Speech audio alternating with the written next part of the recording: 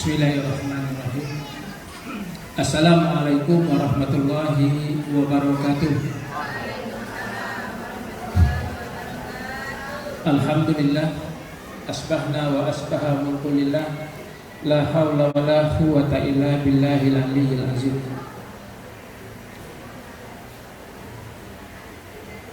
Kullukum ra'in wa kullukum mas'ulin ala amra'iyatihi. Pertama sekali kita bersyukur kehadirat Allah Subhanahu wa taala. Allah mempertemukan kita pagi hari ini di Masjid Putra Pondok Pesantren An-Nikmah bersama ketua komite, kepala sekolah, wali murid, wali santri kelas 7 dan 8. Salawat dan salam kita kirimkan juga kepada baginda Nabi besar Muhammad sallallahu alaihi wasallam. Mudah-mudahan kita adalah bagian yang nanti akan mendapatkan syafaat dari beliau di padang mahsyar. Sebab kita yakin bagian syafaat itu ada pada diri kita, di mana Bapak Ibu menitipkan anaknya di pondok pesantren. Lalu anaknya di pondok pesantren tersebut bisa mendoakan Bapak Ibu, bisa bersalawat kepada Rasulullah Sallallahu Alaihi Wasallam atas bimbingan para asatid dan asatizahnya, sehingga Rasul akan memberikan syafaatnya, pertolongan kepada kita semua di padang mahsyar nanti. Bapak Ibu yang dimuliakan Allah Subhanahu Wa Taala, saya tidak akan berpanjang lebar, langsung kepada pokok permasalahannya. Pondok Pesantren An-Nikmah dirintis tahun 1995. Santrinya baru 25 orang. Penduduk dapur 12 baru 25 kakak. Anak-anaknya dari berbagai macam pulau. Lalu perjalanan waktu, perkembangan waktu dengan inovasi, motivasi, semangat yang ada, terus berjalan.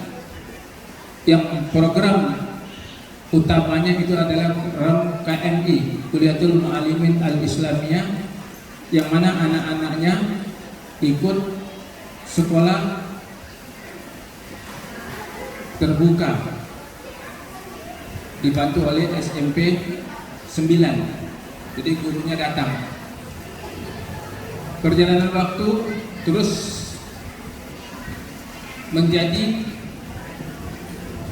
SMP negeri berbasis pesantren. Waktu itu kita menjawab pertanyaan orang tua, kalau nanti anak saya tamat pondok, ijazahnya bagaimana? Lalu sewaktu saya berjalan ke Kementerian Agama Pusat, dari Kementerian Agama Pusat katakan, coba datang ke Kementerian Pendidikan. Di sana ada program SMP berbasis pesantren. Lalu saya tangkap peluang tersebut.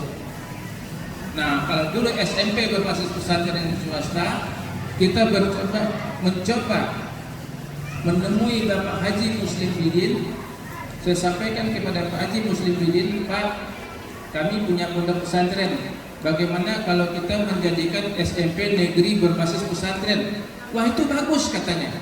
Nanti macam insan cendekia katanya.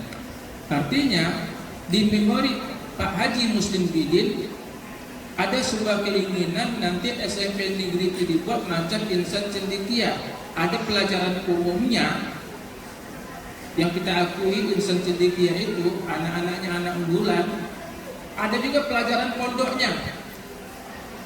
Dan tahun 2009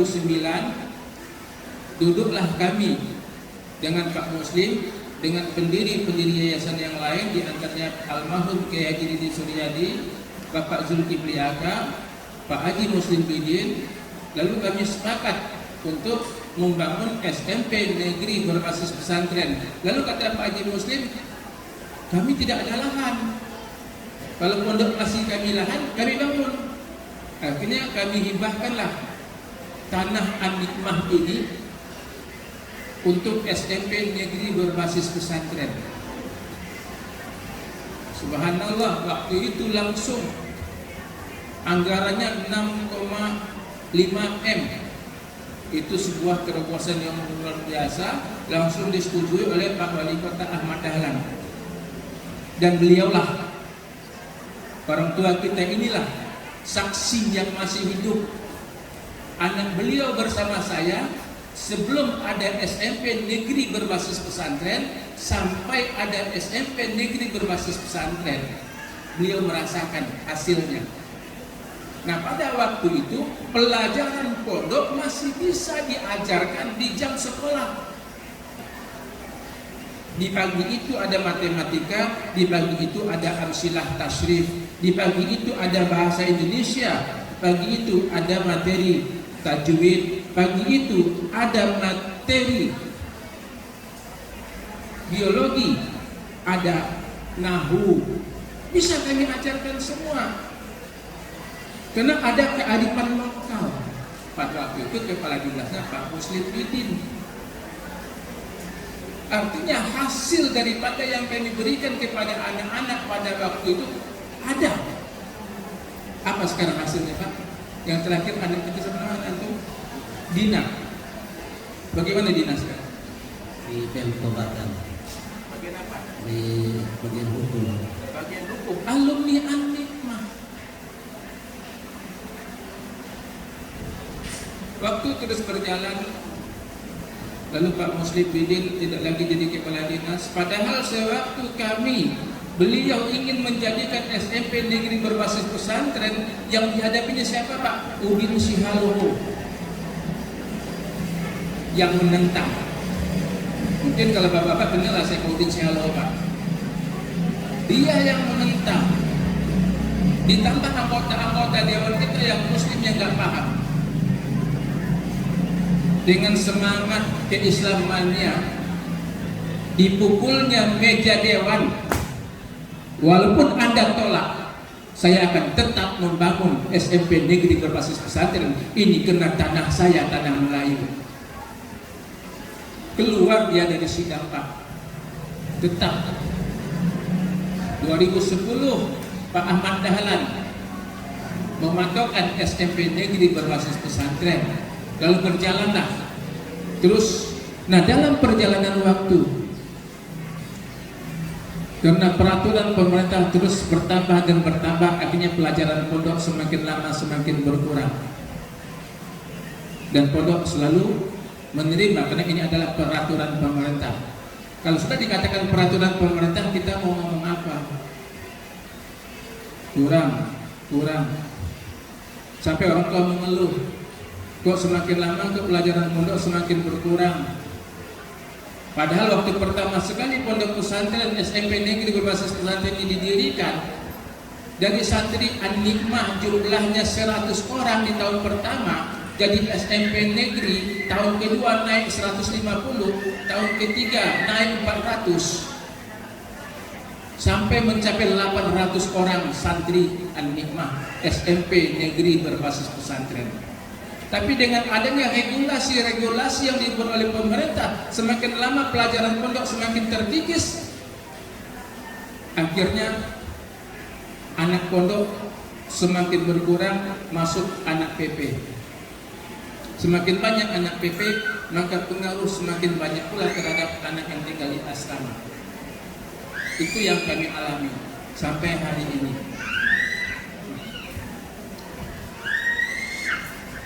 Tidak semua anak PP, tapi satu saja akan mempengaruhi yang lain. Berkurang. Nah, pada hari ini bukan lagi dimasalahkan anak PP-nya, tapi yang dimasalahkan aturan menterinya. Peraturan menteri dengan adanya sekolah merdeka ini, pelajaran pondok tidak bisa lagi diajarkan di sekolah.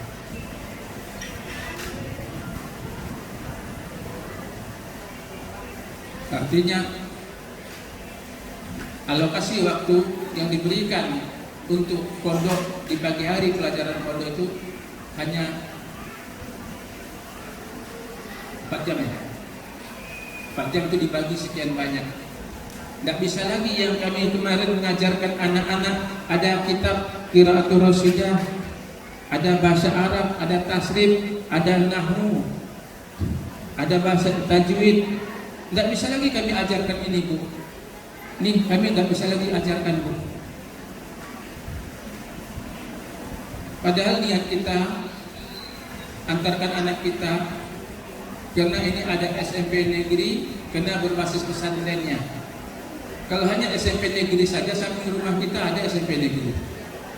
Tapi karena dia berbasis pesantren lah kita antar ke sini. Maaf, saya ngomong apa adanya ini. Karena saya merintis pondok ini dengan air mata, Bu. Dengan caci maki, bukan dengan puji-pujian. Bangunan ini bukan tiba-tiba ada. Ini dari zero. Nah, niat kita itu. Tapi karena ini adalah peraturan menteri,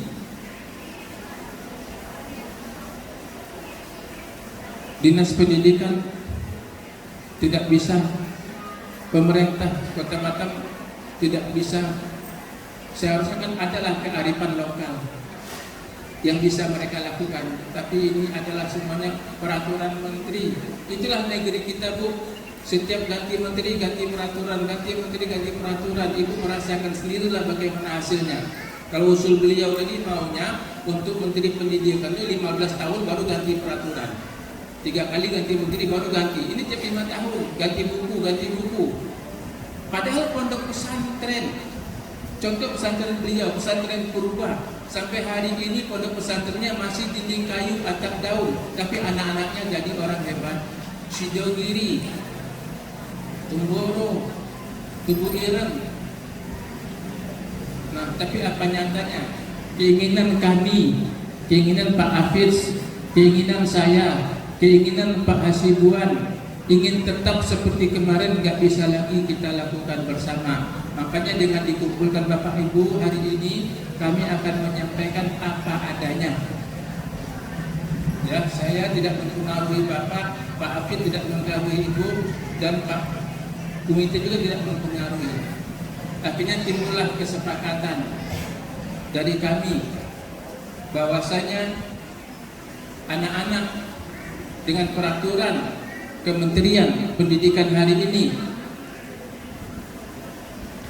anak-anak yang tinggal di asrama belajar dari jam 7.30 ya sampai jam 15.30 sampai jam 14.30 itu pelajaran umum semuanya, tidak ada lagi pelajaran pondok. Lalu kami dari pihak pondok hanya menerima letihnya anak bapak, capeknya anak bapak. Kejar-kejaranlah kami untuk ngajak sholat aja, untuk ngajak belajar saja. Nah, tapi kami tidak akan membiarkan. Kami tidak bisa mengajarkan ilmu yang sudah kami siapkan seperti ini. Bagi anak bapak, bagi anak ibu yang tinggal di asrama, ya, kami hanya mampu memberikan materi-materi yang nantinya hanya bisa bermanfaat untuk dirinya saja di rumahnya. Tidak bisa untuk orang lain, karena waktunya tidak cukup. Jangankan untuk yang menteri, mampu untuk dirinya. Lagi kami ajarkan bagi anak pondok yang semua pelajaran, paling kalau ada 150 lah yang mampu untuk dirinya, 50 untuk orang lain. Nah, dengan adanya ini, kami hanya bisa mengajarkan anak bapak di materi-materi lepas maghrib, lepas isya, lepas subuh, hanya itu saja. Kalau lepas asar kami ajar, pulangnya 14.30 sampai sini kami ajar lo materi-materi yang ini. Apakah kaburnya nanti? Nah, yang kami ajarkan adalah materi 1, ya, materi bacaan sholat. Walaupun di rumah dia sudah bisa bacaan sholat, hanya itu untuk mempertajam. Yang kedua, materi fardu kifayah. Bagaimana nanti di masyarakat dia bisa bermanfaat dengan skill kemampuan tersebut. Yang ketiga, kalau laki-laki materi khutbah Jumat, minimal di mana dia nyangkut tak ada khotib, dia bisa gantikan khotib. Walaupun dia tidak mampu, suatu saat dia sudah dewasa, ada kesadaran kepada agama, dia sudah punya dasar. Nah, yang ketiga, yang keempat, hadis arba'in. Minimal anak bapak hafiz hafal 40 hadis arba'in. Yang kelima, hafiz Quran. Minimal 1-3 tahun itu anak bapak 3 juz atau 1 juz, tergantung dari kepada kemampuannya. Sebab siang hari dia sudah di belajar umum. Nah, yang materi itu aja yang bisa kami ajarkan di luar jam. Nah, jadi itu yang bisa kami sampaikan kepada Bapak. Nah, kemudian kami memberikan juga solusi. Ada orang jauh-jauh antar kami dari Natuna, Anambas, Karimun. Ustadz, kalau anak saya untuk SMP saja di Anambas ada SMP, di Natuna ada SMP, di Karimun juga ada SMP. Saya ingin anak saya masuk pondok, tapi kena ada SMP negeri, ya udah sekalian di SMP negeri dan pondoknya. Tapi dengan adanya regulasi seperti ini, Ustadz, anak saya ingin tetap pondok. Makanya kami menyiapkan namanya KMI, Bu. KMI Reborns. Yang mana anak-anak ibu akan kami ajarkan seperti kami mengajarkan KMI sebelum adanya SMP negeri berbasis pesantren. Semua pelajaran KMI itu kitab rujukannya adalah kitab Gontor. Pelajaran tajwid dari Gontor, daily conversation bahasa Inggris dari Gontor, amsilah tasrif dari Gontor, bahasa Arab dari Gontor, Qiraatul Rasyidah dari Gontor, fikih dari Gontor, Nahwu Wadih dari Gontor, Bulughul Maram dari Gontor, Durusul Lughah dari Gontor. Ini materi-materi KMI. Sekiranya ibu masih beranggapan saya antar anak saya ke pondok, ini yang kami berikan. Nah, silakan mau tetap di 44, kami akan membimbing sesuai dengan waktu yang ada pada anak yang masuk ke KMI. Dia akan kami ajarkan materi sesuai dengan ada yang di Gontor, dan insya Allah ijazahnya sama-sama bisa digunakan untuk melanjutkan ke jenjang pendidikan yang lebih tinggi, sama dengan SMP negeri. Sebab yang mengeluarkan juga pemerintah yang namanya KMI, anak-anak ikut ujian. Nah, bagi anak-anak yang fokus kepada kitab kuning juga ada, sebagaimana di depan Salafiyah Wusta, kita ajarkan mereka ta'lim muta'alim, kita ajarkan syarah Mukhtasar Jidan, kita ajarkan Aqidatul Awam, kita ajarkan Mabadi, Matan Ujrumiyah, Khulasah Nurul Yakin, Kailani. Dan insya Allah ijazahnya juga sama, bisa digunakan untuk melanjutkan ke jenjang pendidikan yang lebih tinggi. Ibaratnya An-Nikmah 44 sebuah lembaga pendidikan yang orang tua bisa memilih kemana kemauan, minat, bakat anaknya. Yang jelas ijazahnya sekarang zaman pemerintahan Jokowi sudah mengeluarkan bahwasanya ijazah yang dikeluarkan oleh pondok pesantren, pelajaran pondok pesantren, ijazah yang dikeluarkan oleh Kementerian Pendidikan itu sama, bisa digunakan untuk melanjutkan ke jenjang pendidikan yang lebih tinggi. Jadi Bapak Ibu yang anaknya tetap berada di SMP negeri 44 berbasis pesantren, kami mengajarkan sesuai dengan alokasi waktu yang ada pada kami. Tak mungkin kami mengajarkan semua ini pada malam hari, Bu. Jangankan anak ibu yang teleng, ustadznya juga ibu teleng. Tapi kalau memang ibu ingin anaknya memang menginginkan anak itu jadi ulama, alim, jadi kiai, insya Allah, Bu, Allah tidak pernah gagal dalam janjinya.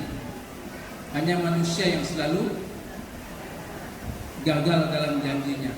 Yang saya khawatirkan nanti ganti menteri, besok ganti lagi kebijakan dan sosialisasi lagi kepala sekolah. Padahal kita belajar di pondok pesantren yang sudah tua, Sidogiri, dan ratusan tahun tidak berubah, alumni-alumninya jadi orang hebat. purba baru, purba lama, alumni jadi orang hebat.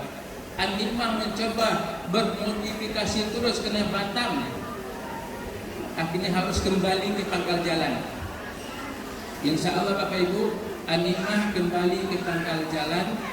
Jadi Bapak Ibu silakanlah menentukan, kami tidak mengarahkan kemanapun. Kalau ingin tetap bertahan di 44, bertahanlah. Kami hanya mampu memberikan materi yang 5 yang kami sebutkan tadi.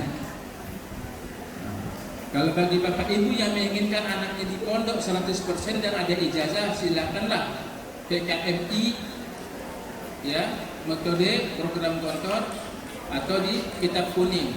Tapi itu saya sampaikan dengan berat hati, saya sampaikan dengan rasa sedih. Kenapa? SMP negeri dibangun ini dengan susah payah, Bu. Tapi harus begini kenyataan disebabkan peraturan pemerintah. Bukan keinginan Pak Hafid Majid, bukan keinginan saya, tapi bagaimanapun juga tidak mungkin anak ibu dikasih makan banyak-banyak. Pelajaran umum dikasih 1 hari penuh, nanti tengah malam pun diajar gini, besok tak ada yang bangun satupun. Nah, jadi itulah gambaran dari kami, Bu. Mudah-mudahan nanti ada tambahan dari Pak Komite. Pak Hafid, saya mohon maaf ya Pak Hafid ya, bagaimanapun juga Pak Hafid ini juga dari bujangnya bersama saya, dan juga dia mengajar di An-Nimah dulu juga bersama saya. Saya berharap kita sama-sama berjuang dan dia pun siap sampai dia bisa bergabung bersama saya di sini. Tapi gara-gara peraturan pemerintah,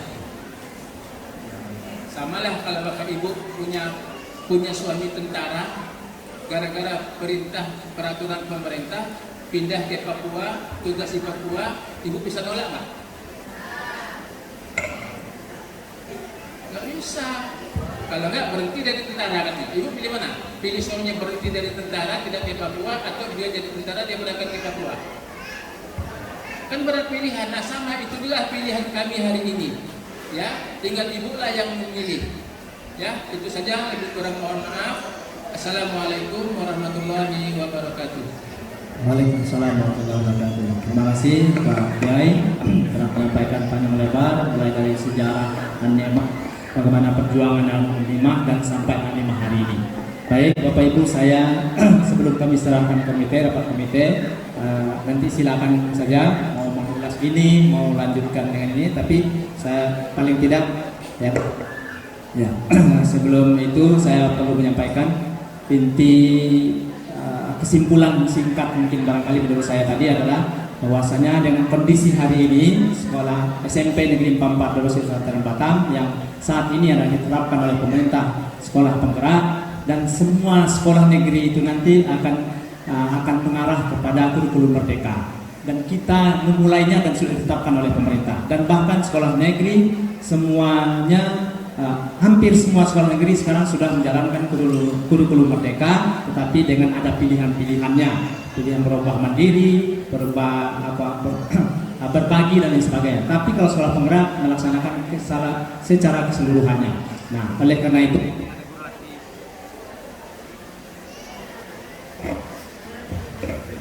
dengan regulasi dan aturan pemerintah ini, jadi kita kembali. Pertama adalah di An-Nimah Kota Batam, pesantren An-Nimah Kota Batam menyiapkan ada pilihan-pilihan ya.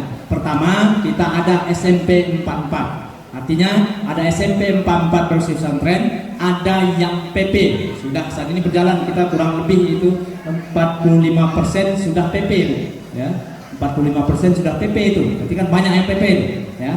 Nah oleh karena itu nanti ke depan di tahun ajaran baru, mereka yang PP itu hanya mendapatkan kurikulum nasional, tidak mendapatkan muatan kurikulum pondoknya. Kalau saat ini kan ada tuh, mereka mendapatkan juga pelajaran, ada bahasa Arab, ada fikih dan lain sebagainya. Itu semua murni diajarkan oleh ustadz-ustazah, dan biaya operasionalnya itu dari pondok. Mereka PP, ada biaya dari pondok mengeluarkan honor ustazahnya, tapi mereka tidak bayar. Itu yang PP. Nah, kecuali kalau mereka mondok kan itu. Jadi nanti ke depan kalau ada informasi ya saja yang bertanya kepada Bapak Ibu, mungkin tetangganya anaknya kelas 6 saat ini, Bu, macam mana SMP 44? Anak Ibu kan di situ ya. SMP 44 kan menjadi promosinya juga menyampaikan SMP 44 kalau PP sekarang tidak akan mendapatkan pelajaran pondoknya karena dia PP kan nggak bayar juga ya kan, gratis mereka ya kan, sama berarti dengan sekolah negeri-negeri lainnya kalau memilihnya PP. Nah, itu poin satu ya, jelas ya Bu ya. Nanti boleh kalau ada sesi bertanya, izin Pak Komite boleh ya kalau mau dipertegas ya. Kemudian yang kedua, pilihan yang keduanya adalah ada pondok pesantren SMP 44 berbasis pesantren, tetapi dia mondok. Kami terima di tahun ajaran baru ini kita masih bebas zonasi Bapak Ibu. Bebas zonasi, boleh sekota Batam ini mau daftar di SMP 44 boleh. Bengkong mau daftar di SMP 44 Batam boleh. Dan bahkan nasional. Ada yang Karimun, ada yang di luar provinsi lain mau daftar juga di 44 boleh. Dan bahkan luar negeri ya Ustaz ya. Ada luar negeri mau daftar juga SMP 44 boleh. Tetapi berarti harus mondok ya, harus mondok, tapi tidak murni pelajaran pondok yang seperti yang Ustaz sampaikan tadi, hanya 5 mapel itu. Yang jelas mungkin yang dikawal ibadah sholatnya berjemaah terus, adabnya, akhlaknya, baru 5 mapel tadi itu. Apa mapelnya tadi? Mapelnya ada tahfiz ya, tahfiz target paling tidak tamat SMP 44 itu yang mondok itu hafal minimal 1 juz itu saya rasa itu sudah jadi target ya. Selesai 44 hafal 1 juz, mungkin juz 30 saja ya kan. Tapi sesuai dengan kemampuan anak-anak ya. Sesuai dengan kemampuan anak-anak targetnya bisa 3 juz. 44 berbasis pesantren tapi dia mondok. Nah, itu Bapak Ibu. Pelajarannya itu tahfiz. Kemudian ada hadis arba'in. 40 hadis yang dihafalkan. Persiapan mereka. Ini sudah luar biasa. Al-Qur'an dan hadis berarti kan. Kemudian ada fardu kifayah. Ya, fardu kifayah. Kemudian selanjutnya ada bisa anak kita tamat SMP 44 berbasis pesantren yang mondok itu mereka dapat binaan supaya bisa selesai dari 44 bisa menjadi imam sholat fardu ya, sholat fardunya mungkin dengan arti-arti sholat dan lain sebagainya. Nah, kemudian yang terakhir yang kelima adalah bisa khutbah Jumat bagi yang laki-laki. Nah, 5 poin ini yang beda mereka dengan yang PP. Tentu wajar mereka dapatkan 5 ini dengan ibadah, sholat, adab, dan akhlak tadi karena mereka memang mondok, ada biaya. Yang PP tidak mendapatkan itu yang gratis sama dengan sekolah negeri yang lainnya, cuman kurikulum nasional saja. Nah, kemudian Animah juga menyiapkan kalau mau khusus Bapak Ibu yang dapat program gontor tadi ada namanya KMI Reborn ya. Nah, itu anggaplah Ustobe. Ustobe dia dapat dia tadi dengan pelajaran yang disampaikan oleh Pak Kiai tadi. Silakan daftar. Itu dia KMI yang betul-betul terapkan dengan sistem gontor. Ada pilihan lagi, tidak juga itu misalnya. Mau kitab kuning disiapkan jadi kiai ini segala macam. Silakan ada Musto. Jadi silakan kami serahkan ke Bapak Ibu memilih itu. Tapi untuk yang daftar tahun ajaran baru, yang sekarang lanjutkan, ya Ustaz ya. Yang sekarang lanjutkan, tidak nanti kan sudah beda nih tahun ajaran baru. Tetap Bapak Ibu masih berbasis pesantren yang mondok tapi mapelnya tadi yang 5 itu. Nah, saya kira itu Bapak Ibu penjelasan dan penegasannya saya kira sudah clear itu. Tapi kalau ada yang mau ya masing-masing yang tadi SMP negeri 44 berbasis pesantren yang mondok masing-masing 5 mapel tadi akan mendapatkan sertifikat dari pondok. Nah, ya, yang bagi yang menyelesaikan tentunya ya kan. Nah, sampai kelas 9. Nah, berarti dia akan mendapatkan sertifikat dari 5 mapel itu tadi. Nah, barangkali itu ya. Barangkali itu mungkin Pak Komite tambahan nanti mungkin langsung di itu saja atau sekarang atau ada pertanyaan dulu. Lengkap menurut Pak Komite lengkap. Kalau ada yang ya boleh dibuka sesi. Nah, silakan kalau ada yang mau dipertanyakan. Tapi kalau khusus kurikulum nasional atau program sekolah bergerak dan kurikulum merdeka nanti kita akan ada sesi yang lainnya. Ini kaitannya PP kemudian berbasis pesantren yang mondok. Nah, ya, mau PP, mau mondok atau tadi yang lain yang mau ditanyakan silakan. Tapi kalau kurikulum merdeka dan sekolah penggerak itu akan panjang bahasannya Bapak Ibu ya. Karena kita juga menjalankan dulu kendala baru kita koordinasikan karena kita memang ada pendampingan dari pusat ya melalui fasilitator. Nah, silakan kalau ada pertanyaan. Kalau tidak, Bapak Ibu, intinya hari ini adalah rapat komite. Dengan terbentuknya komite, ada program komite yang disampaikan kepada Bapak Ibu melalui pengurus komite dan ketua komite.